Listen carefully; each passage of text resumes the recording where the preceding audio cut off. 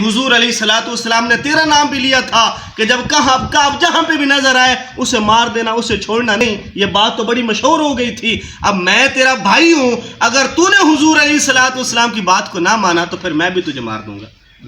जा, और हुजूर बड़े रहमत वाले हैं, हुजूर बड़े करम वाले हैं। हुजूर को रब ने रहमतुल आलमीन का लक़ब अता फरमाया।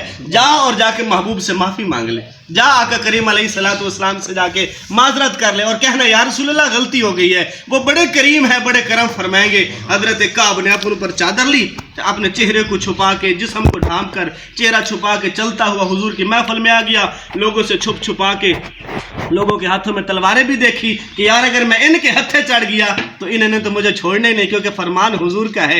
आके हुजूर के पास आके बैठ जाता है। अब यहाँ पर रब की तरफ से करम ऐसा बरस रहा था, रब की तरफ से फजल ऐसा आ रहा था कि हुजूर अलैहिस्सलाम सहाबा को बुला के कहते हैं यार मैंने फलां बंदे के बारे में कहा था, उसे भी मार देना, उसे भी मार देना, उसे भी कत्ल करना, क्योंकि वो मेरी जात के बारे में गलत कहता है।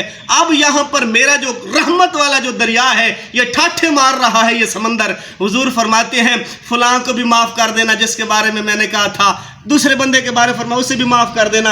अब काब हुजूर के बिल्कुल पास बैठा था, चेहरे के ऊपर चादर लेके छुपा के यूं नजरें झुका के बैठा था। हुजूर के मुंह मुबारक पर सहाबा के लोगों के नाम आ रहे थे, हुजूर माफी का ऐलान कर रहे थे। जब काब का नाम नहीं आया, हुजूर के पास बैठ के कहता सोना अगर काब आ जाए तो माफ कर दोगे? सुभान अल्लाह। हुजूर अगर काब आकर आपके सामने इल्तिजा कर ले तो माफ कर दोगे? हुजूर फरमाते काब आज हो गया है, जा तुझे भी माफ किया। आज हो गया है, जा मैंने तुझे भी माफ